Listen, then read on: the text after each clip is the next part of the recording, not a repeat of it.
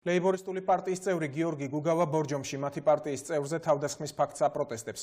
როგორც პარტიაში აცხადებენ საკრებულოს დეპუტატს ლეიბორისტული პარტიიდან გიორგი გიუაშვილს დეპუტატ გედევან ფოფხაძის ძმა ბესო ფოფხაძე ადგილობრივი უშიშროების წარმომადგენლებთან ერთად ფიზიკურად გაუსწორდა. გუგავას თქმით, ინციდენტი წინა საარჩევნო აგიტაციის მსვლელობისას მოხდა, რა დროსაც ფოფხაძემ თანხლებ პირებთან ერთად გიუაშვილს გზა გადაუღობა და აგიტაციის ჩატარების უფლებას არ აძლევდა. თავად ბესო ფოფხაძე ფიზიკურ დაპირისპირებაზე გიუაშვილის ბრალდებას უარყოფს, თუმცა სიტყვიერ შეურაცხყოფას ადასტურებს. ლეიბორისტული პარტია შინაგან საქმეთა სამინისტროს საქმის გამოძიებისკენ და დანაშაულში მონაწილე პირების დასჯისკენ მოუწოდებს.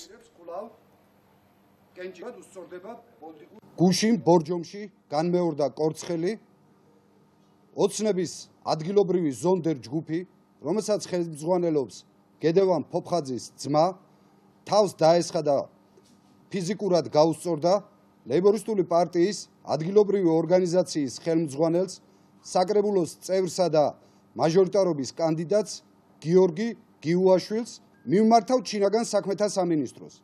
დაუყოვნებლივ აღძრას სისხლის სამართლის საქმე და პასუხისგებაში მისცეს დამნაშავე პირები.